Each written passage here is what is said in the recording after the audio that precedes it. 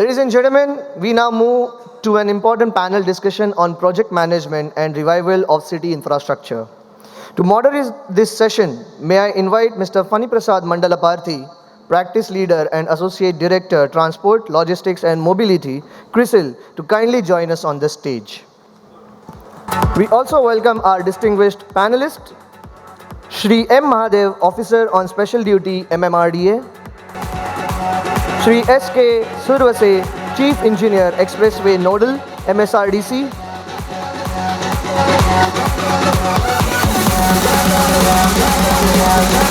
Mr. Santosh Rai, Chief Business Officer and Head, Business Development, Hindustan Construction Company Limited, Mr. Akhileshwar Sahay, Advisor, BARSYL Knowledge Center. So now, guys, is all yours. Over to Mr. Phani Prasad. Thank you very much for the introduction and welcome to all dignitaries and esteemed speakers.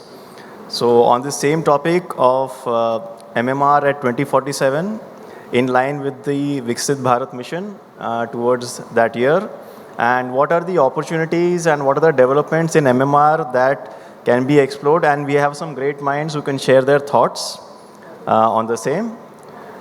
We will also have 5 minutes at the end for an audience Q&A so that we can entertain some questions from the audience. Yeah. So starting with, I'd like to ask, actually this is a common question to all panelists. So Mr. Mahadev, opening with you. If I could just, off the head ask you, what is coming to mind when I talk about top 3 practical and implementable priorities for the economic and social transformation of MMR? What would you say? Thank you very much for your question.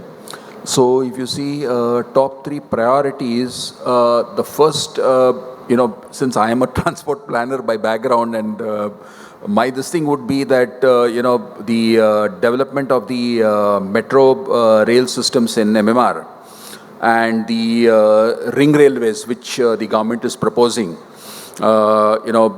encircling various parts of MMR.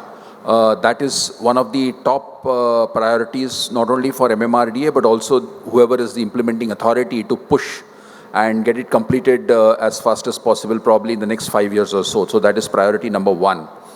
Secondly, from my point of view, housing is something which, affordable housing is something which the government needs to push. I'm talking from a government perspective.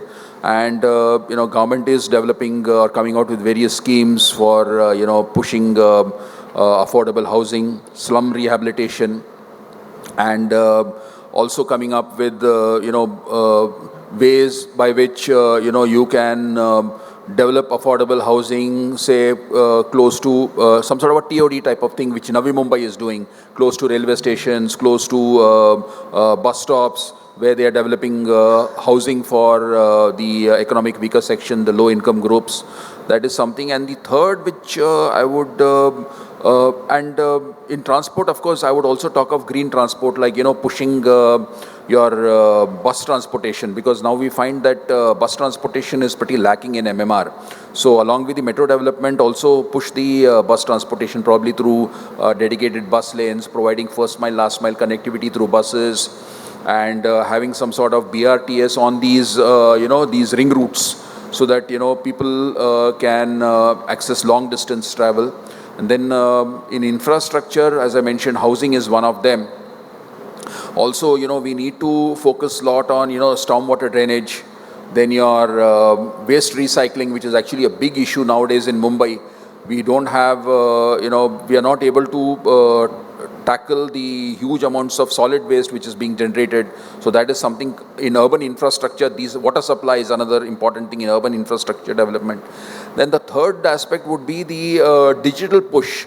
How we can make things easy for the common man. How we can get governance to his doorstep. By the example which I mentioned, in BMC, they have developed this Civic Twin, So which basically is an AI-enabled tool which simplifies the process of obtaining development permissions. So earlier it used to be number of revisits and revisions to the plans to obtain development permission, but now all that hopefully will be cut down through AI intervention. And other interventions we can say is this digital integration of the ticketing, especially when you travel in public transport, wherein we have this Mumbai One app. So basically what we have done is that all the metro services, the suburban rail services, and also the public bus transport operators. So the entire ticketing is brought under a single app. So what you can do is that it also has a journey planner. So if you want to move from this point A to point B, you need to use the app. So it will tell you what are the various public transport modes available. You can book your tickets through the app. And you save a lot of hassle using that, and you can also monitor your the progress of what is the time which is going to be taken, how do you interchange. So a lot of benefits can be provided through this internet, through this integrated app. So these are the top Understood. three. Thank you. Thank you. Mr. S.K. Survase, the same question to you. What would you say are the top 3 priorities? Thank you very much. Rightly, Mahadev sir explained. So top priorities should be the metro, then second will be roads and water supply system. So this should be the 3 top priorities for MMR region to grow. What I feel. Right. Indeed. So, Mr. Santosh Rai, the same question to you. In your mind, for economic and social transformation, top 3 practical implementable priorities? I think my colleagues have covered some of the points, but I'd like to focus more on the softer side. I believe the number 1 priority has to be we have to reduce the rate of people getting killed. Number 1. I think we have to also see that people stop getting drenched.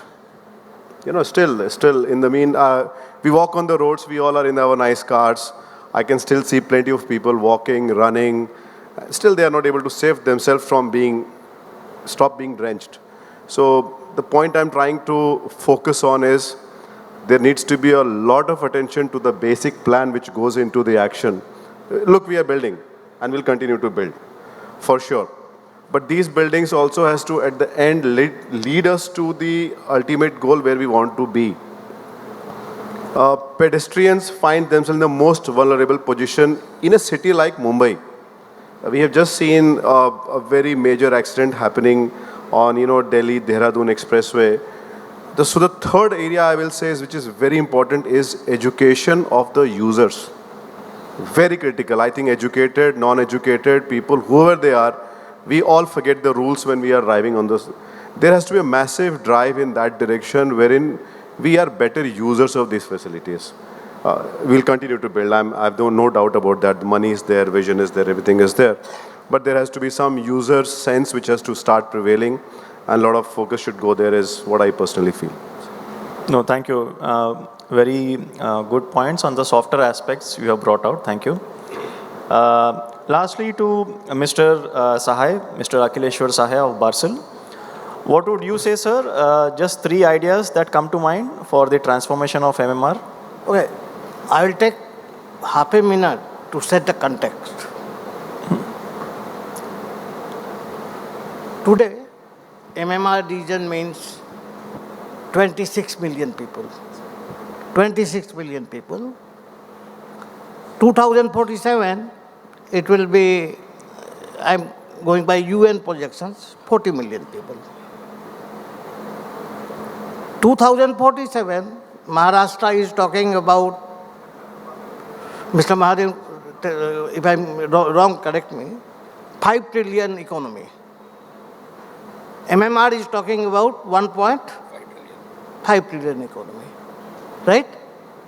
Now, if you look at the World Bank report of 2025 made for Government of India, 50% of the infrastructure which is required to be built for 2050 in the country is yet to be built. Now, this is the context, and what holds good for Maharashtra, India, also holds good mode for what you call Urbs Prima in India, that is Mumbai, first city of the country. Now, this is the context. What are the three things I require to be changed? Number one, in fact, all three are three words: execute, execute, and execute. And I will give you, I'll show you this with three examples. Example number one,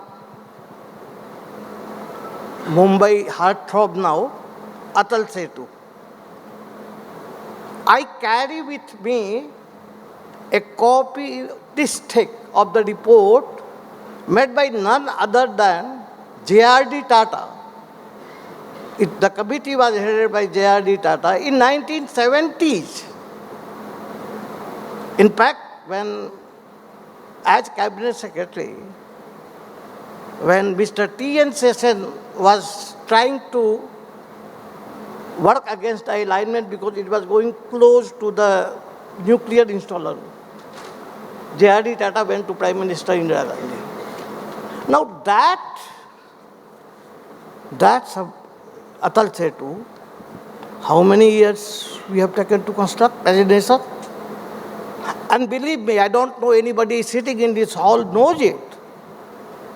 As chairman of Tata Sons, Ratan Tata went to the Chief Minister of Maharashtra and told him, I will build it on my cost, just allow me to name it after J.R.D. Tata. So this is one. Second is metro rail. Mr. Mahadev rightly told that close to 100-kilometer metro rail is functional now. Well, very good. But is it enough for Mumbai? In the same time frame, I will not go to outside the country. Delhi Metro Rail Corporation has made operational 414 kilometers of metro rail and constructed another 100 kilometers in other cities, Kochi, Jaipur, and sir, Mr. Mahadev, if I am not wrong, 2 lines of Mumbai also. Third, and that really pains me, 2000, I am going back to 2000, when I did MUTP 1 studies for World Bank for BST Mumbai. At that time, believe me, we were worried that BEST daily ridership had come back from 50 lakhs to 48 lakhs. And why? Because the prices have been increased. Now I am sitting in 2026 when I don't know whether BEST will survive next 5 years or not. I think its daily ridership, anybody can check from the mobile, it has come below 22 lakhs. So we have to totally reprioritize ourselves. We have to start thinking differently. Thank you very much, sir. Sir, I'll just have another round of a volley of common questions. I would like to start with you, Mr. Sahay. How can the agencies, and Mumbai has multiple agencies with their own jurisdictions and own mandates to execute, how can agencies collaborate better from the planning to pre-construction, construction and commissioning stage? You can throw light on any ideas you think that can help better collaboration so that we are not stepping on each other's toes but still planning better for the common good of the commuter and the passengers. See, you have asked a very good, pertinent question from me. I have written 10 articles on this subject, told 10 times Niti Aayog, Sorry, why for so many agencies are there? The question is not coordination. Question is collapsing the agencies. See, you have Mumbai BMC. As per 74th Amendment, what is supposed to be its role? It is supposed to have 18 different roles. You are not even ready to give 4. First thing first, we do not have an urban governance architecture for the Viksit Bharat. 10 agencies cannot build the future of Mumbai, period. So I will not tell you, do better coordination, have fewer agencies with adequate manpower, with adequate capacity, with adequate finances to play their role. Thank you, Mr. Sahay, for those views. I would like to go with Mr. Santosh Rai. And also just one point coming to mind. A few years back, we had this launch of PM Gati Shakti platform, which was supposed to, it is an GIS-based platform, which is supposed to enable coordination and planning of routes, corridors, multimodal and between agencies, at least with the central sector projects. But also at the state level, I'm sure the states also have access to that platform. Maybe that can be done even at a city level to collaboratively plan and deliver better. But planning is one thing. So, Mr. Rai, maybe would you say things like having some type design, some single window clearance, and other kind of arrangements can help to plan and also get permissions better for easier expediting projects? See, I think infrastructure projects do suffer when there is not a better plan. And what I mean by better plan is not merely a technical plan that this is how we are going to build the structure. I believe that's not that complicated part. You get stuck because you want to build something and the land is not available or the clearances are not in place. Even today, I mean, many projects we are executing, and I can say, despite NHI's or MORTH or the Government of India's desire that 90% of the land is acquired, we still suffer problems on ground. And look, ground realities have to be resolved. They are not so easy to resolve. I mean, I completely side with you. but I believe that's where we do have a lot of problem. Which means what happens that then when we want to accelerate the project, then comes, can we look at an alternate design? Can we solve this problem in a different way? And then we lose a lot of time in that process. I believe, I will say MTHL is one of the good examples. In MTHL is one of the good examples, I'll say. I mean, what Mr. Sahay said, yes, history has taken its time. But when it came to the execution point, I had a small opportunity to be with that project, but we could see that journey. It came from PPP to EPC, but when it finally came on EPC, I can tell you almost 80% of the detailing was done for that job, and that was a very, very good part of on the part of the clients. So if this is done, this single window clearance, look, a lot of things are now falling in one place, but still land is one subject which is a subject of many people. And if that is controlled, I can say a lot can be handled. Forest and environment is another area where we still need to improve. I see these two as the bottlenecks. Barring that, we are in good shape. Thank you. Mr. Survase, the same question to you. You are part of a mega agency yourself, and you have been behind a lot of mega projects in the MMR region. What do you think can help better collaborate? And maybe you can touch some light on how you interface with other agencies, even for that matter, let us say a metro line sees some surprising utilities coming up during execution. So how can that be prevented instead of post-facto management? To build such a huge infrastructure, what I feel, there is a requirement of huge skill manpower. So we should develop facilities to create skill development facilities because creation of such huge infrastructure requires skilled manpower, which is lacking as of now. So we should parallelly create some education centers to have technical knowledge. Then second one will be use of modern technology, AI based.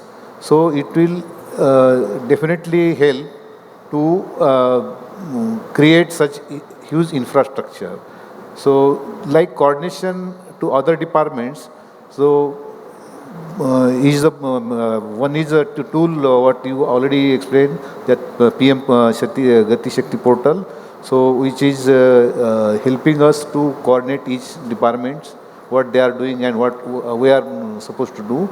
And for better coordination, we are having series of meetings with each other, sharing of data, utilities, so that better infrastructure can be built. So that is focus to be given in MMR region. Thank you.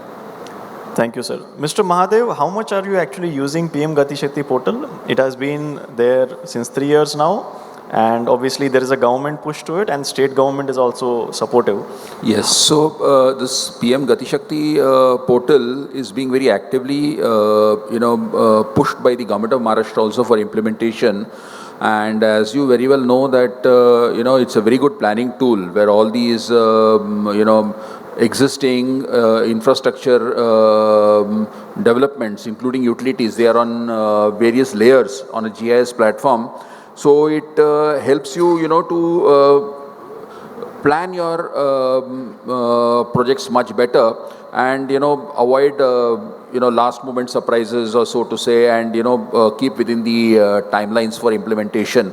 So at MMRDA level, what we are doing is that we are mapping all the infrastructure projects, the road projects, the metro projects, and other infrastructure projects which other agencies also are doing, MSRDC, CIDCO. So on a GIS platform, we are mapping all these infrastructure projects which are ultimately being transferred to the Gati Shakti layer also, portal also. And many a times when we go for Government of India funding, so one of this thing is that they also ask that have you mapped your entire alignment, or have you, used the Gati Shakti portal to map all your details there, so that, we can also have a look at them. So that is one of the requirements when you go in for some sort of a central funding. The other, Mr. Survase rightly mentioned that there is a huge gap in training. Okay, nowadays you find that, we have to, or MMRDA itself is doing projects worth 3 lakh crores. MSRDC is also doing heavily into infrastructure development. Okay, so the manpower requirement, especially the skilled manpower requirement, not only the labor, but also the engineers, okay, who can take up these projects and implement them, that itself is a challenge. And most of the time we find that, there are contractors, but they are not able to give that sort of a speed which we need. So, every time we have to talk of, probably L&T or probably some very, very top-notch companies. So, if you always talk of those companies, then it gives very little opportunity for others also to come up. So, as a government, we would like that, there is a good competition also for tenders, and also all other contractors also are able to, scale up to that level of implementation. So that is something which is important. We are also trying to standardize the tender documents to level, all the authorities. Suppose MSRDC is doing a bridge project, their tender documents are different. So if MMRDA also doing a bridge project, their tender documents are different. So every time a contract has to bid, he has to start from scratch, look at all the tender provisions. So there are variations. So can we standardize that? So some sort of a thinking is going on. Okay. Can we adopt FIDIC? The other important initiative which I would like to, throw light upon is that there is a lot of coordination needed between government authorities and project implementing authorities. So government is planning or is shortly going to introduce a bill for in the assembly regarding the formation of the UMTA, that is the Urban Metropolitan Transport Authority. So the UMTA bill is proposed to be introduced and got approved. So it will have an authority headed by the Chief Minister, especially for Maharashtra, in which all the implementing authorities will form part of that body. So, there will be a lot of inter-department coordination which is lacking, and this is expected to, solve many of the problems at the planning stage itself, so that when you go in for implementation, you don't have any problems, so to say. Is this going to be limited to urban centers alone or across Maharashtra? It is basically this urban metropolitan transport authority is proposed for all the metropolitan regions in Maharashtra. So there are about 5 metropolitan regions, and Mumbai metropolitan region is one of them. Yeah. Thank you very much. Just now to throw some a different angle to this conversation, while we have seen in the earlier presentations about Maharashtra crossing, this one, I think 0.5 trillion in the GDP, poised to become one of the fastest growing states. It is already 7.9%, well above the GDP growth rate average, pan-India. So many figures to be proud of, and rightfully so. But on the one hand, while we have so many large capex spends happening, we are seeing over the past few years a lot of contractors protesting about delayed payments, a lot of unpaid dues running up to, there are some figures of 1 lakh crores which are outstanding. And this has been taken ahead on multiple forums with a lot of agencies, and still there is not much resolution. In fact, just I think last week there was another such forum where this issue was raised. So why is that happening? Maybe I will start with you from MSRDC perspective. I don't know what are the MSRDC unpaid liabilities, but why is this happening, and how can we bring better confidence into the process? Because making these kind of bill payments and routine matters systematic will also go a long way to achieve our targets, to complete projects on time, and to show to the contractor community that we are partners with you, and you can also help us to achieve our 2047 mission. As you asked that 1 lakh crore pending dues and all.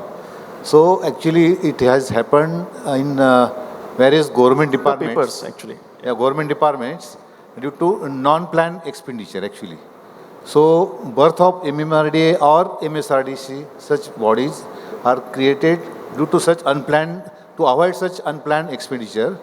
So there are no such dues with our agencies for payment delay or something, because we designed the project with finances so that there should not be any lack of finance for completion of this project. So what you heard news is a non-planned expenditure done by different departments in Government of Maharashtra, overall in state, not with corporations like this. They are dedicatedly working, and there is no such any financial crisis. Sir, what would you say from MSRDC perspective? What is the overall expressway strategy? Especially, obviously, you take up expressways span Maharashtra, but especially on wherever it intersects in MMR. So you are also presently behind a lot of mega projects. Virar Alibag, Mumbai-Pune 10 laning is also there in the annual, and all you have been behind Bandra-Worli and so many projects. So what is the overall expressway strategy, and how does it combine into the network of MMR region? Yeah. Initially, what MSRDC has did, we have formed grid of around 6,000 kilometers all over Maharashtra. So aim is to reach from every corner of Maharashtra to MMR region or Mumbai within 5 to 6 hours. That is main aim. So we have formed grids. So accordingly, we have taken up these projects. Rightly, first one is Mumbai-Pune, of course. Second one, Samruddhi Mahamarg. So further, we are connecting this MMR region in better coordination, that Virar Alibag. So that is with multimodal corridor. So we are planning metro over that corridor also, road plus metro. Second one, and this Virar corridor will cover 9 growth centers in MMR region. So that is a major boost, like Samruddhi for Maharashtra. So MMC will be the main corridor for this MMR growth region. It is a 8-lane, and in some portion it is a 12-lane expressway. So without any hindrance, there will be direct connectivity for this MMR region through this MMC. Second one, we are connecting cross like Kharbau to then Vadodara Mumbai Expressway, we are also connecting that one. So that will connect another growth center. Third one, we are planning Samruddhi Mahamar to Wadwan port. One expressway is being planned. So likewise, we are creating another one is Mumbai Hyderabad, what we call Kalyan Latur. That is also creating another route for Mumbai towards Hyderabad via arid zone of Maharashtra, Marathwada, Ahmednagar and all. So likewise, we are making net of these expressways to connect MMR region. That is our plan. So, Mr. Mahadev, on the same point, just what is the strategy on expressways in particular? Especially because we also heard recently NHI coming up with Mumbai-Pune Expressway of its own. So it's a direct competition to our existing expressway. So to have this on the same point of collaborative planning, so perhaps how are you offsetting these kind of risks where the demand risk will be shifting modes or shifting corridors, and yet your projects may continue to be viable? See, one is that we have a lot of coordination with the implementing agencies like MSRDC. Like to give you an example, MSRDC has developed this Samruddhi Mahamarg. Okay, it is terminating at Amne, which is slightly, close to, you can say, Padga on the NH3 leading to Nashik. Now, what MMRDA is planning is that we are planning an expressway which will actually be an extension of this Eastern Freeway, which is terminating presently at Chedanagar. So we will be taking it to Thane. Then from Thane along the NH3, we are planning to connect it to Amne. So basically, we are working hand in hand. So we are not competing each other. Similarly, they are developing this multimodal corridor, okay, which will connect Virar to Alibag. So what we are planning is that we have growth centers, okay, Kalyan Growth Center. We have this Airoli Katai Badlapur Road. So we are planning interchanges with multimodal corridor at typical locations where, the traffic can get the benefit. So it is basically a sort of, coordinated efforts between the authorities who are developing expressways and, arterial roads in MMR. Similarly, they are developing this Bandra to Warsaw connector, okay, coastal road. Now, BMC is connecting to their coastal road. Again, from Warsaw, they are taking it to Dahisar. From Dahisar, BMC is taking it to Bhayandar. Then from Bhayandar, MMRDA is taking it from Bhayandar to Virar. So they are all working together. And again, this road will be linked to the multimodal corridor also to form the outer ring road. So it is all a very coordinated effort which is happening. So on that part, it is, very clear. And more or less, I would say the roles of MSRDC and MMRDA are also very distinct. More or less, they take into account now, they are also, I think, Shaktipit also is with MSRDC. So they are planning the Shaktipit also. I think Konkan Expressway also is with them. So these are the expressways. So they are linking to cross-state expressways. Yes. So that is their major role. So that is how this entire exercise or implementation of infrastructure is happening on the ground. Mr. Sahay, the question to you, just to expand on this topic, while a lot of transport networks and corridors are being developed across different modes, we are not seeing a lot of PPPs, unlike at the central level where they are quite open to exploring different models. What is stopping PPPs in roads, railways, urban transport? Is it a bad prior experience? What do you say? Roads, railways and Metro, urban rail. should I start from metro rail? Sure. My laptop is there. In that laptop, I have the data of 951 metro lines in 216 cities of 63 countries.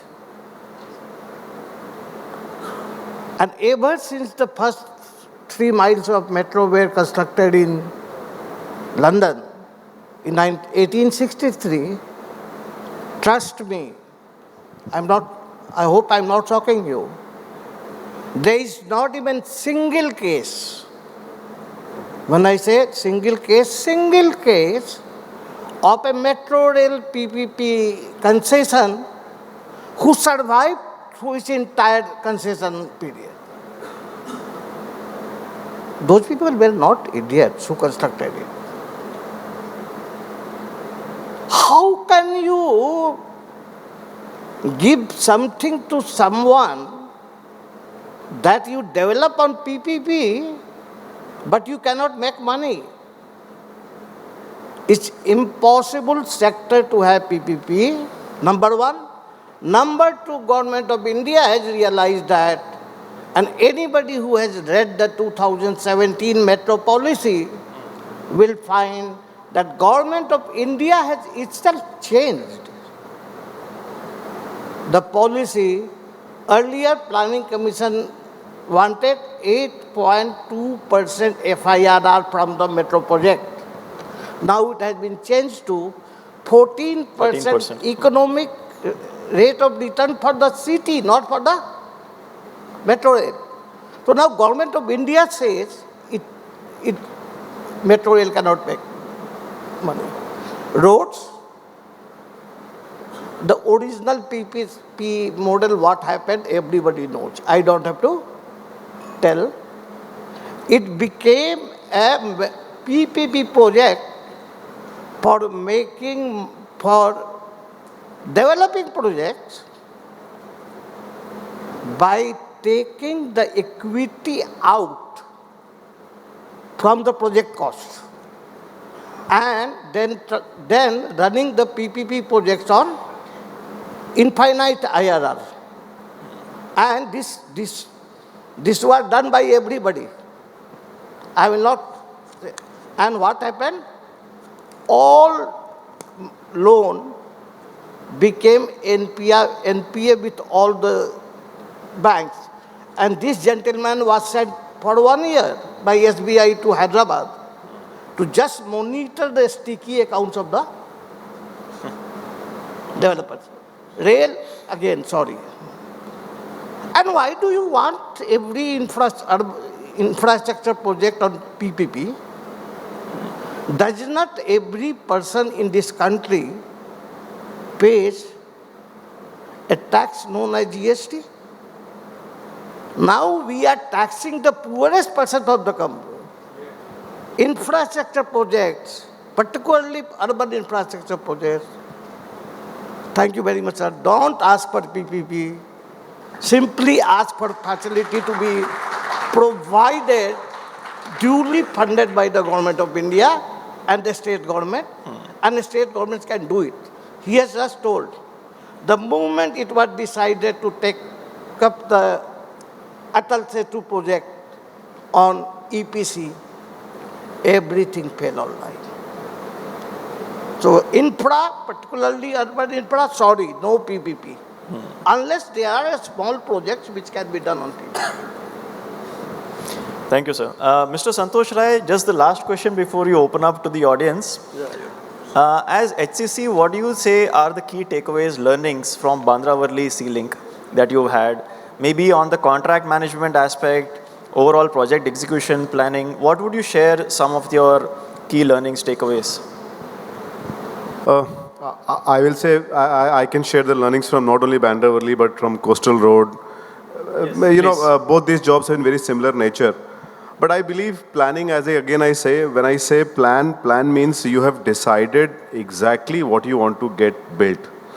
I can only make a very bold statement. Bandra-Worli, the bridge what you saw which is built was not the bridge what we tendered for. Please understand. Right from the design to what everything you see, it was a single pylon, now you have 2 pylons, you have no Worli cable stayed bridge. Bridge was much more closer to the shoreline. I mean to say this was not thought of. And when I say that, it's not a mistake of somebody, but I believe this is what the team has to put this effort in the first place. What is that you want? Please define it very, very clearly. And second thing I will say, we are in the business of projects worldwide. There are enough data, and I can say 95% of projects globally, including our own country, have overrun their cost and time.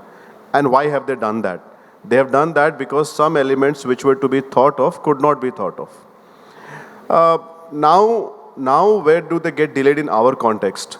There can be a change coming up which nobody could envisage, and now nobody wants to own that change. Now you want to spend 2 years, 3 years, 4 years sitting on that change. I believe the contracts are contracts. Contracts have to be executable, and they also need to have a fair mechanism to deal with the change. ना तो client ना ही contractor भगवान है. ये project का business है, इसमें changes हो सकते हैं, and there is nothing wrong with it. I think we as a community, right from the consultants to the clients to contractors, all of us to understand that these changes may come, but then we need a fair mechanism in the contract to deal with it, so that the supervising officer, the executing authority can take those decisions in line with the contract. The problem happens when there is no provision in the contract, then how do we deal with it? Unfortunately, what is happening over the last period of 10 years, I can say, for sheer pressure of money or for whatever, there is a trend that you want to believe that contractor can own every risk. Now that is not possible. We are a limited service provider community. We play on our 7-8% margin. That's all our role is. So it's very important that all our contracts allow us to have such kind of fair mechanisms. My only last version would be what everybody was saying. FIDIC is a very strong document used globally. Or even harmonized FIDIC is being used globally. There are different versions of it. And if some decision is taken about this is a standardized version which we will use in every contract of the government, it makes life easy for everyone else. Thank you. Thank you very much. Can I take 10 seconds? Yeah, one quick question because we have to move to question also. 10 seconds. Yeah, no. See, and this is something which I want to tell to Bombay, sir. Tell to, sorry? Bombay. Bombay. Mumbai, sorry, Mumbai. Acha. I'm still Bombay. Sir, we are 24 million. Shenzhen is 2 million. PM keeps telling look east. I'm telling look east. Shenzhen, a city of 20 million, has today 700 kilometers of metro rail. It will have 1,000 kilometers in 2035. It has got 16,000 electric buses, and it has got 20,000 electric taxis. I don't have to tell anything. So where we must reach if we have to become 40 million is the question. That is the figure we are looking at. Thank you. So moving on now to the audience. If anyone has a question to any of our panelists, please feel free. Yes, Mr. Yeah, please. Yeah, thank you, sir, for giving opportunity. I'm Nikhil Desai. I want this planning authority, whether they are aware that Mumbai city is made up of 50% slum area. The people staying are half the population of Mumbai is poor, and they need a road transport, cheaper road transport, because the local trains are so packed now, people cannot even enter. If you see a video when a train enters the platform and people try to go in, you will faint just seeing the video. So what we need is a 10,000 BEST buses on road. Instead of thinking about that, we keep thinking about metros and coastal roads and Atal Setus and all motor car intensive projects. The rich people who own car are 11% in Mumbai. So what is that great planning you people are doing for only rich people has no meaning. If Atal Setu coastal road has a BEST bus moving on it, then the common man benefits. It is only for the car owners, then your planning is stupid, I say. Sir, so I think just to summarize the question, car-centric planning is nowadays being seen with more highways, elevated freeways, flyovers. Flyovers simply push traffic from one junction to the other. They do not solve traffic problem.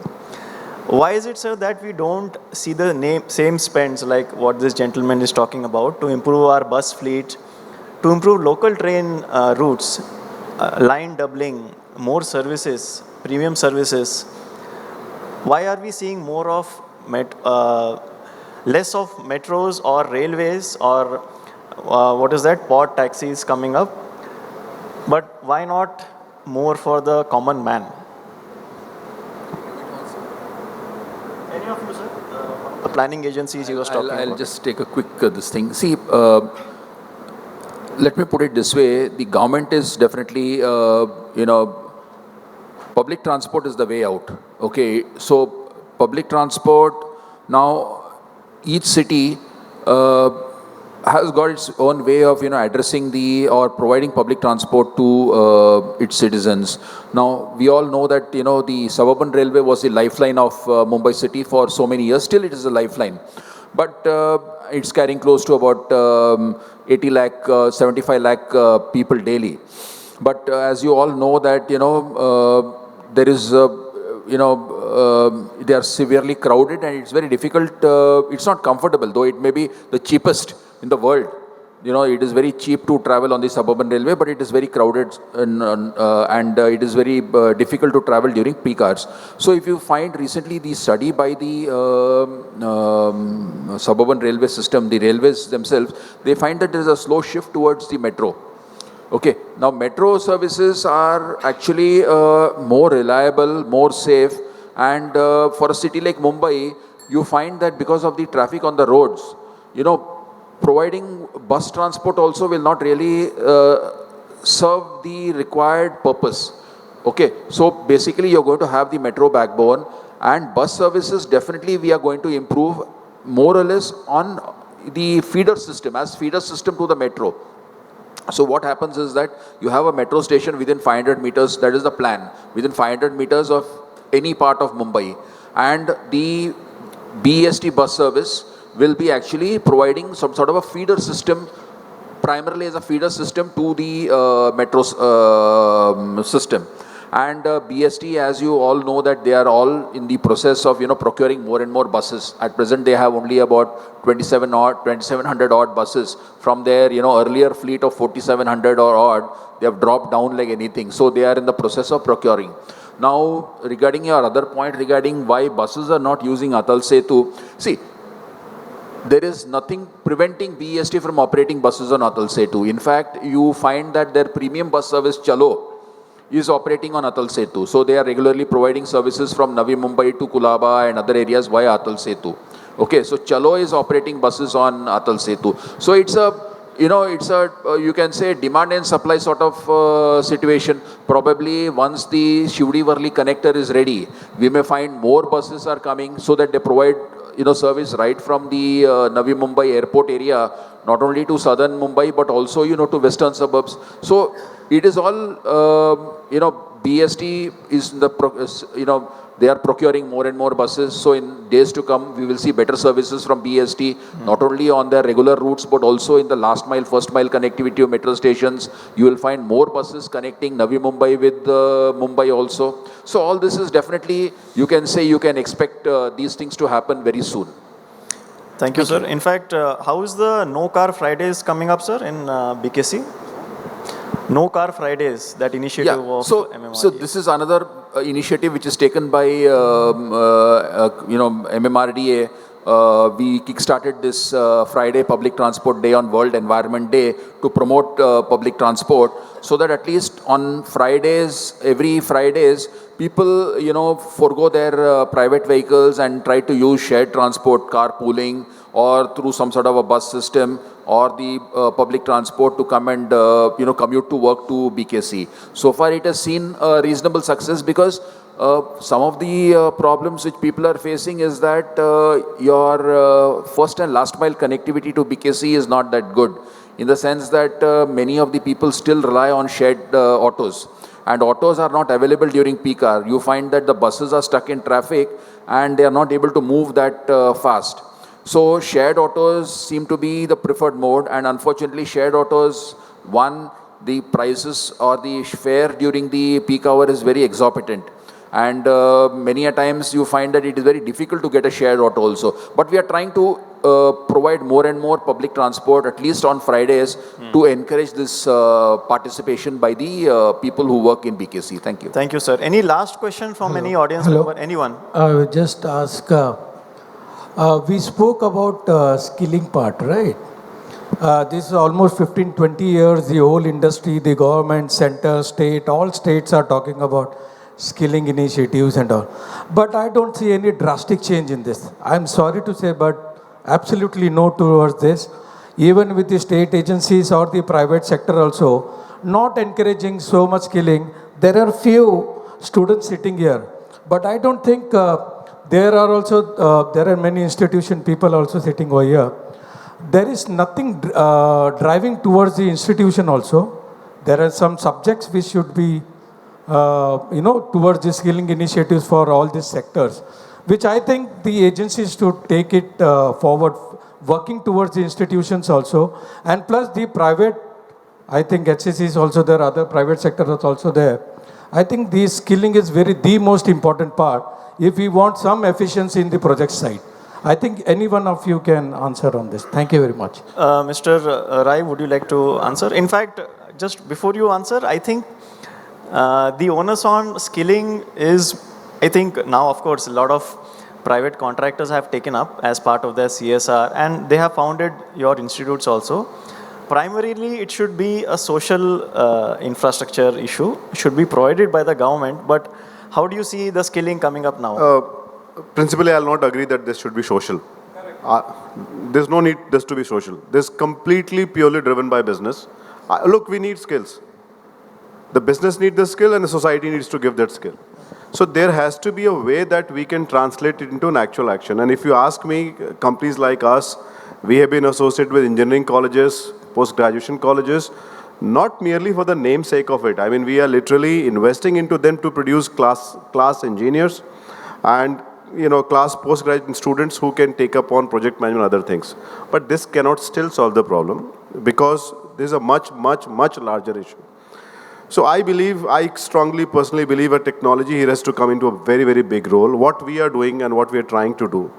First of all, lot of skill has to be reposited and documented, and database has to be prepared so that any new engineer, let's say some student is coming out and he wants to understand that how a piling has to be done in a marine condition. Maybe Santosh Rai is dead tomorrow and he's not there. Many of us are gone from this world. He can still pull out that computer and I can still give him access to all that information in such a lucid way that this gentleman or the lady can go tomorrow and can have a confidence of undertaking the task. So we believe it's a combination of both. Another important thing I will say, the model of internship has to be changed in our country. Let's go to the US way. We bring students, bring them, and what do? एक काम करो बेटा, conference room में बैठ जाओ, ये contract का document है, पढ़ लो, and then you come back to me with questions. No. Put him into the shift. The shift engineer is facing a problem. Pay them onto the same internship rates what we want to pay them, and let them be a part of problem solving. I can tell you we can solve a lot of problem by this. US has solved its much larger skills issue using these methods, and why can't we do that? A quick point you wanted to make something? Yeah, very quick one. Yeah. Can civil engineers raise their hand? How many civil engineers? Good. There are no civil engineers in the country now, sir. Half of the civil engineering departments have been closed in last 25 years. And this is a construction event. And even those civil engineers who came out of the engineering colleges, they took to computer engineering. IT, finance. So my question is even bigger. Forget about the skilling. Skill is... Who will construct? Okay. And the people who are coming out today, they will take at least another 10 years of skilling to become a real construction engineer. And this is not only civil.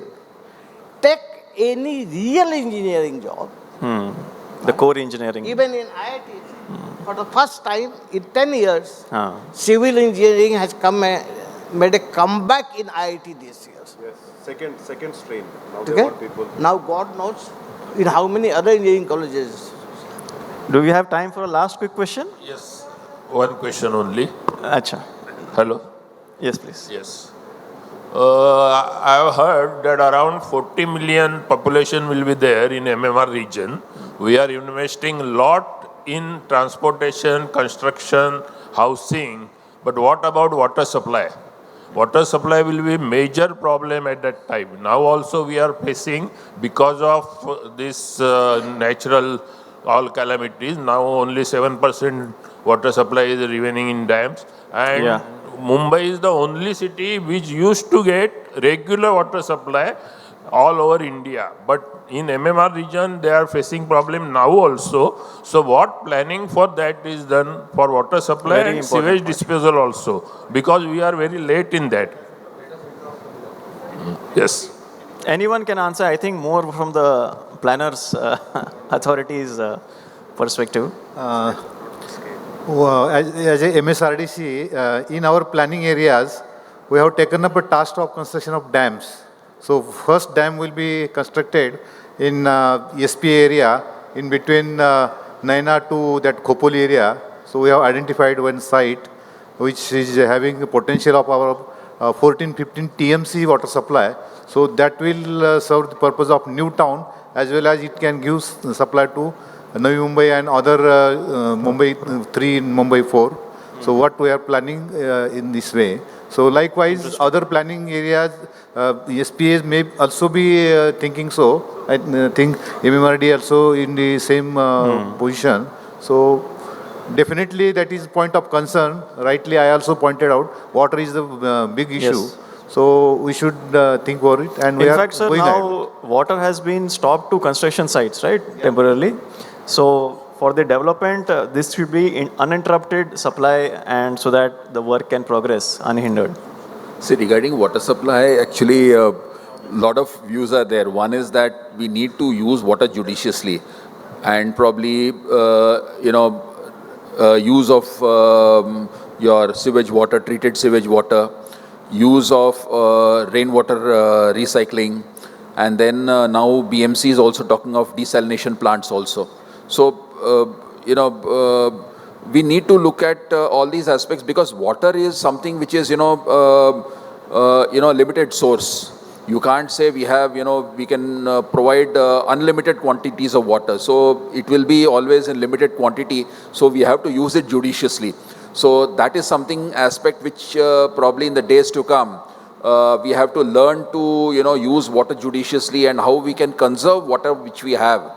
Probably that has to be, or one of these things could be, have systems where there is less of water leakage also, because water leakage also is a major source wherein you lose potable water, treated water, leaking from the pipes. So all these things, it has to be given a very holistic, thought. Not just because, I don't know, there is a limit to how many dams you can create and how many new water sources you can create. So there will always be some sort of a limit to that. So we have to learn to live within that limit. That is probably another way of looking at it, which we have to be very serious about. Very nice point, sir.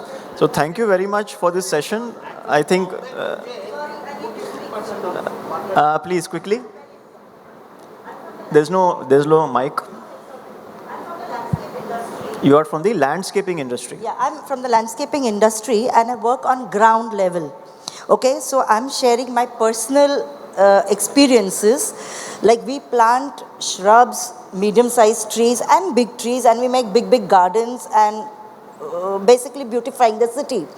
Now what is happening is the base is not created in all this. Like since you all are from the planning committee, the STP waters are not planned and ready at site.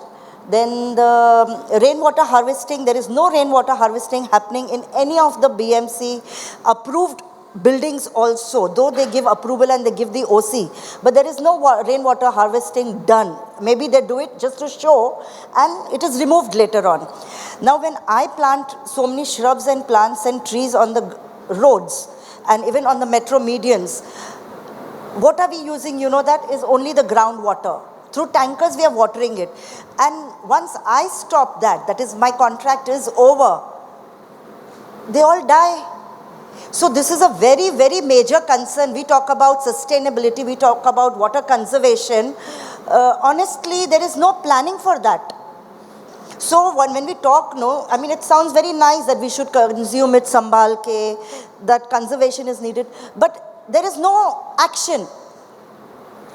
I think this is a good feedback, sir, for the planners, maybe to incorporate this aspect also in the planning. Thank you very much, everyone. Thank you very much to the speakers for their time. Thank you for the very lively audience. Yes. Thank you so much. Thank you, our moderator and all the panelists. Can we have a huge round of applause for them?